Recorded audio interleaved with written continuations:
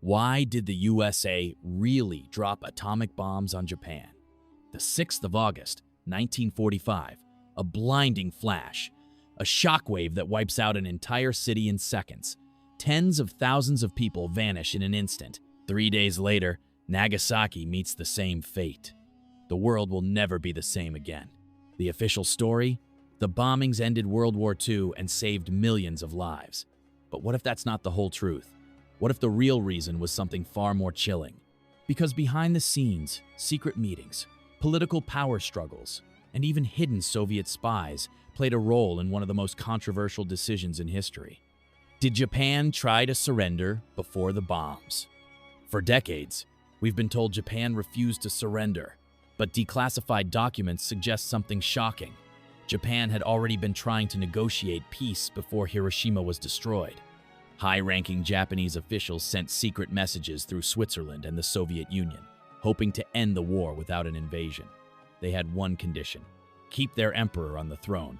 The US rejected this. But here's where it gets strange. Even after dropping the bombs, the US still allowed the emperor to stay. So if they knew Japan was willing to surrender under those terms, why go ahead with the bombings? The real target: the Soviet Union?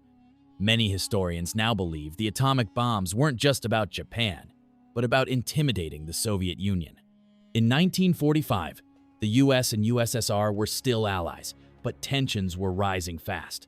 Stalin had promised to declare war on Japan on the 9th of August, the very same day Nagasaki was bombed. If the Soviet army helped defeat Japan, they might demand control over parts of Asia, just like they had in Eastern Europe. Some US officials feared the world was entering a new war between democracy and communism. And what better way to send a message to Stalin than by demonstrating the most powerful weapon ever created?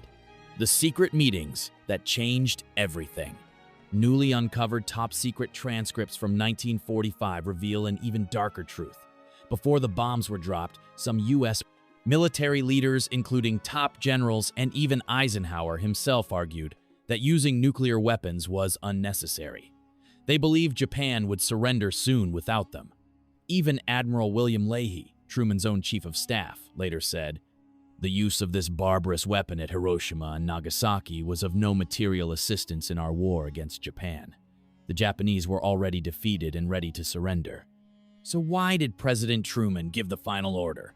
Did Soviet spies influence the decision? Here's where it gets even more mysterious. Soviet spies had infiltrated the Manhattan Project, the top-secret US program that built the bomb. One of them, Klaus Fuchs, passed nuclear secrets directly to Stalin.